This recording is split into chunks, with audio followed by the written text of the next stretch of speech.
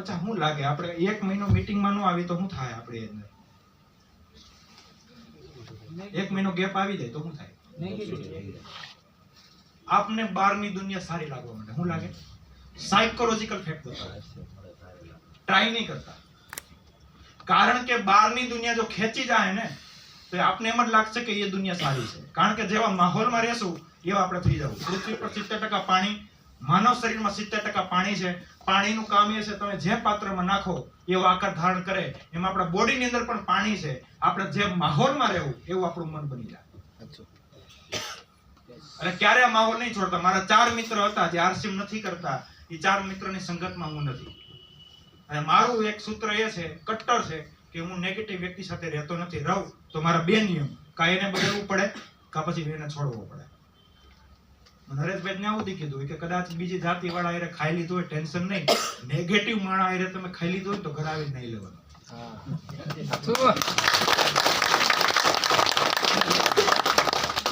એ આપણો મિત્ર પણ કેમ ન હોય, આપણો એકદમ સગો સંબંધી પણ કેમ ન હોય. કડવું સત્ય છે, ઘરમાં જયારે જરૂર પડશે ત્યારે કોણ આપવા આવવાનું છે? કોઈ નહીં.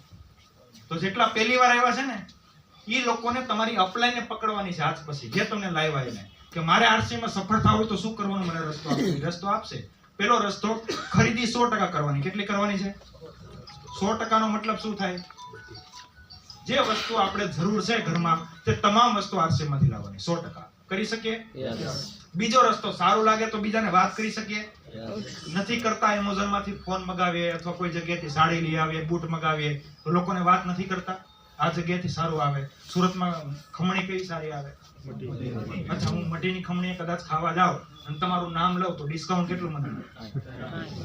તમને તો કઈક મળતું હોય છે ને. અચ્છા, એડવર્ટાઈઝર તમે કરી, ખર્ચો મેં કર્યો, કમાણી મઢીની ખમણી વાળાએ કરી, તો આપણે તો લુખાન લુખા નથી કરતા જાહેરાત. આપણે આરસીએમ ની વાત કરીએ તો આરસીએમ માં મેં ખરીદી કરી, મને ફાયદો થયો. અમે બીજાને વાત કરી, એને પણ ફાયદો થયો. અને એને ખરીદી કરી, એને પણ ફાયદો થયો, મને પણ ફાયદો થયો, સિસ્ટમને પણ ફાયદો થયો, દેશને પણ ફાયદો થયો. ખરીદી ક્યાં કરી દીધી? પણ ઓલું આપણે ભૂલવું પડે. એક ભાઈ મને કીધું બધાય આરસીએમ કરશે તો ડોક્ટરોનું શું થાય?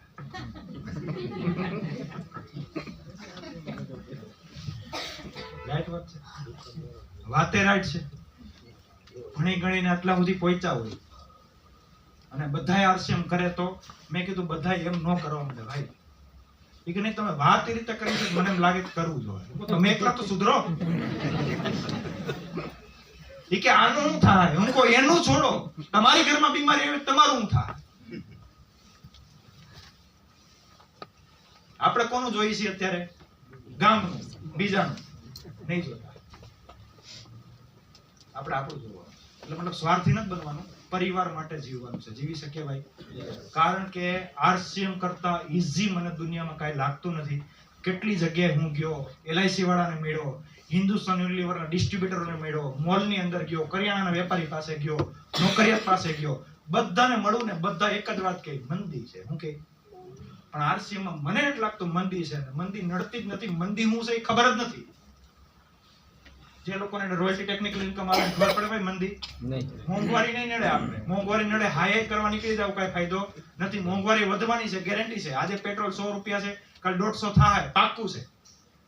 ઇન્કમ વધારવાની ગેરંટી છે ભાઈ. યસ. આરસીએમ નથી કરતા એના માટે ઇન્કમ વધારવાની શું ગેરંટી? કોઈ નથી.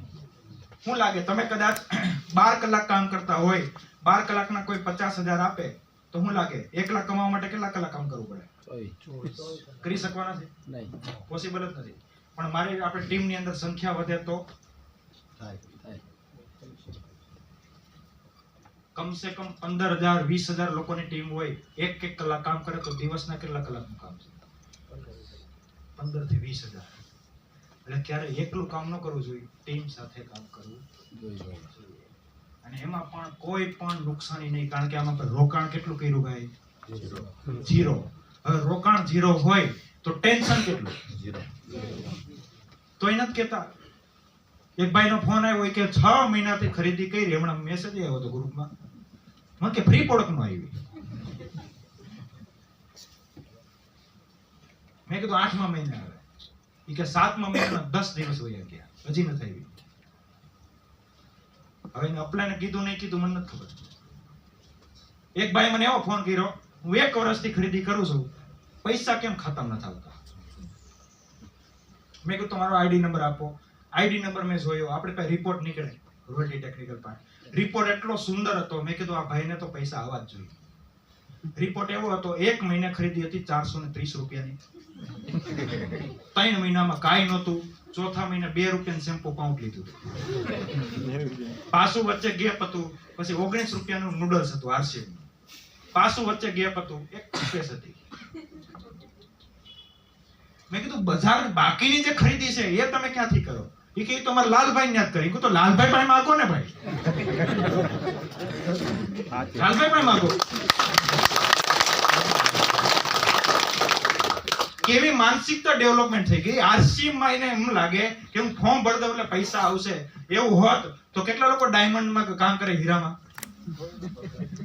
અચ્છા, ડાયમંડ વર્કરો વધારે છે. અચ્છા, કાલે જઈને તમારે હીરા ઘસવાના નથી, પણ ટાઈમ પહોંચવાનું છે ને ઘંટીએ આખો દિવસ બેહવાનું છે. શેઠ કેટલા રૂપિયા આપશે? તમારે એમ ન કહેવાય આખો દી ઘંટીએ તો બેઠું. કાઢી મૂકે RCM માં કાઢવા વાળું કોઈ છે નહીં. સિસ્ટમ કાઢી મૂકે. શું કરે? સિસ્ટમ આઉટ કરી દે. ઘણા કહે ને કે આ હતો નીકળી ગયો, એ નીકળી નથી ગયો, કાઢ્યો ભાઈ. કારણ કે સિસ્ટમ કુદરતી રીતે ચાલે. એટલે ફ્રી પ્રોડક્ટ આપને સિસ્ટમ આપે છે, આપણે એમાં કોઈ જોવાનું ચેક કરવાની જરૂર નથી. એટલો વિશ્વાસ છે સિસ્ટમ પ્રત્યે મને કે ભાઈ સિસ્ટમ એકવાર કદાચ એમ કે ને કામ હોય એટલે બસ એમ જ હોય, પછી કોઈ ટેન્શન લેવાનું જ નહીં. અરે ભાઈ, આજની દુનિયામાં મારા 20 વર્ષથી બજારની પ્રોડક્ટમાંથી ખરીદી કરતો તો મને કોઈ દી હાલચાલ પૂછ્યો નથી, જેણે મને અમીર બનાવ્યો નથી, સ્વાસ્થ્યની દિશા નથી આપી, ત્યાં આપણે કોઈ દી કાંઈ એક સવાલ નથી કર્યો. અહીંયા આપણે આવનારી 7 પેઢી, આવનારી પેઢીઓનું જો કલ્યાણ કરતી હોય તો અહીંયા શા માટે આપણે સવાલ કરીએ? અહીંયા સવાલ નહીં કરવાનો. અહીંયા એક્શનની જરૂર છે. શાની જરૂર છે ભાઈ? એક્શન. હવે આ શું લાગે, RCM કરવું ઈઝી છે કે અઘરું છે? કેટલા લોકોને ઈઝી લાગે? એટલે આટલો બધો પ્રભાવ પડ્યો. અચ્છા, એકલા કોણ આવ્યા? એકલા મતલબ કે કપલમાં નો આવ્યા હોય કેટલા? અચ્છા, કપલ નો હોય તો વાત અલગ. અચ્છા, હા, જો કપલ ની વાત આવી તો મને એક વાત પેલા આ ક્લિયર કરો. તમને ઈઝી લાગે, તમને એવું લાગે ઘરે જઈને બતાવશો તો ઈઝી થાય? આ ડિપાર્ટમેન્ટ ખાસ પુરુષ સમાજ, તમને લાગે તમે ગમે એટલા પરફેક્ટ હોય, ઘરે જઈને કહેજો ચા બદલાવાની છે, કહેજો મસાલા બદલાવાના છે, હું હાલ થાય, મીટિંગ બોલાવી જાય. હું જયારે કહેતો ને બધું, તો એક ભાઈ મને કીધું હતું, કારણ કે હજી મારા મહિનાના લગ્નના 1 મહિનો થયો. એક ભાઈ મને વાત કરી કે તમારા થવા દો પછી ખબર પડે. મેં કીધું તમે બીવરાવો છો મને? કે નહીં થાય પછી ખબર પડશે કેટલું હાલે ને એમ.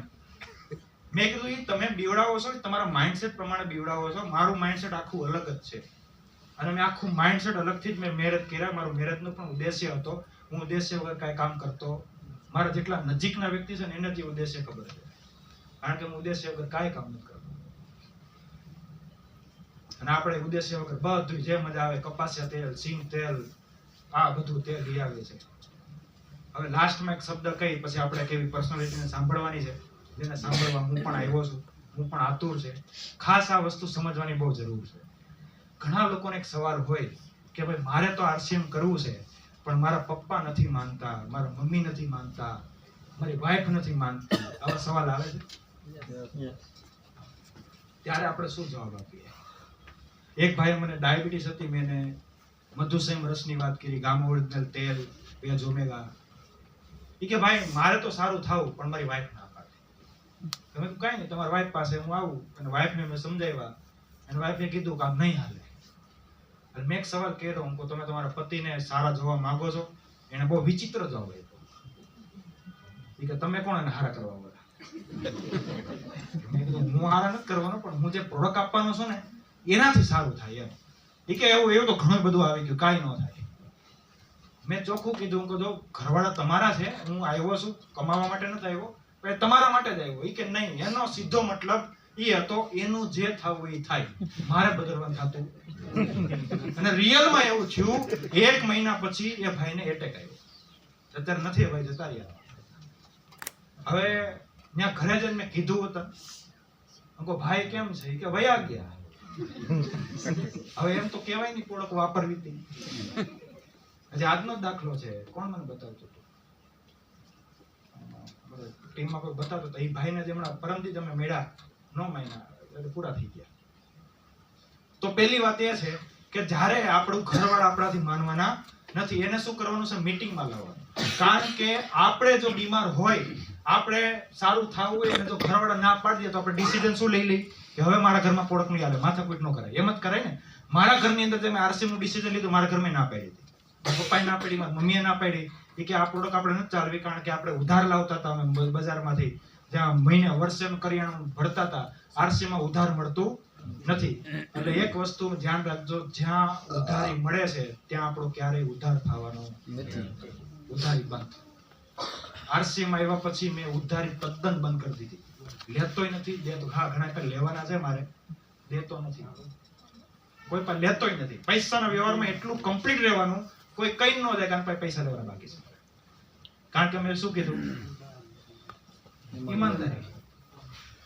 એટલે મારા મમ્મીને મેં એક બ્લેકમેલ કર્યા.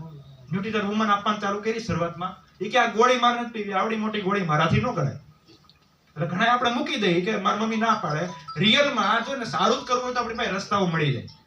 મેં કીધું કાલથી જમવાનું બંધ જો તમે ન્યુટ્રીટર વુમન નો લ્યો તો. હવે લેક નો લે. લે જ ને. મારા પપ્પાને મેં કીધું આ વસ્તુ લેવાની છે, પેલા મને ભાવ પૂછો કેટલાનો. કહો ભાવ છોડો. આજે મારા ઘરની અંદર 10 થી 12 હજાર રૂપિયાનું ન્યુટ્રિશન ખાલી વાપરીએ છીએ. ખાલી ન્યુટ્રિશન 10 થી 12. બાકીની બધી પોળક અલગ. એટલે એને તમારે મીટિંગમાં લાવવા પડશે. પ્રેમથી નહીં માને. કહી દો રિટર્નમાં મંચુરિયન ખાતા જાઓ મીટિંગ પછી. ઓમે ખાવાના જ છે ને. એ આવો મીટિંગમાં લઈને આવો. ગમે એ ચોકલેટ આપવી પડે તો લઈને આવો. પણ આવું તો પડશે. તો આપણા પરિવારની આપણા હાથમાં ડોર છે. ખબર પડી ગઈ. તો કોઈ પાસે આપણે રાય લેવાની જરૂર નથી. મને ખબર પડી કે મારી જિંદગીમાં મારે લગ્ન પહેલા ટેકનિકલ બનવું છે. લગ્ન પહેલા લાખ રૂપિયાની ઇન્કમ જોઈ મેં કર્યું. તો જેટલા લોકોના મેરેજ બાકી હોય, ડિસિઝન લીધો કે જ્યાં સુધી ટેકનિકલ નો બનવું ત્યાં સુધી લગ્ન નથી કરવું. વાહ. રિયલમાં હલવાઈ જાઓ. કારણ કે પછી બે થાય પછી ખર્ચો વધે. અને ખર્ચો વધે તો ઓલા શેઠ નહીં કે ડબલ પગાર શેઠ નહીં આપે. આરસીએમ માં ટેન્શન નથી. તો જેટલા લોકો કુવારા છે એના માટે આરસીએમ બહુ મોટું છે. સમજી જાજો. બીજી જગ્યાએ ધ્યાન નહીં આપતા. જે એન્જોય કરવો હોય, જે તહેવાર મનાવવો હોય, સફળ થયા પછી કરી શકીએ. તો ધન્યવાદ તમે બધાએ મને સાંભળો એના માટે. આપણે પર્સનાલિટીને સાંભળવાના છે, જેને અમે ઘણી જગ્યાએ જોયા, સાંભળ્યા. આરસીએમ એના થકી અમારી સુધી પહોંચ્યું. કારણ કે જો એ આરસીએમ નો લાવ્યો તો કદાચ અમે પણ અહીંયા ન હોત, આપણે પણ અહીંયા ન હોત. અને આજે આપણી વચ્ચે છે. મને પણ મોકો મળ્યો રૂબરૂ સાંભળવાનો. એને મેં ઝૂમમાં તો સાંભળ્યા છે, લેકિન આજે રૂબરૂ સાંભળવાનો મોકો મળ્યો છે. તો એવા ગ્રેટ પર્સનાલિટી ભગવાનજીભાઈ સરડિયાને એકવાર જોરદાર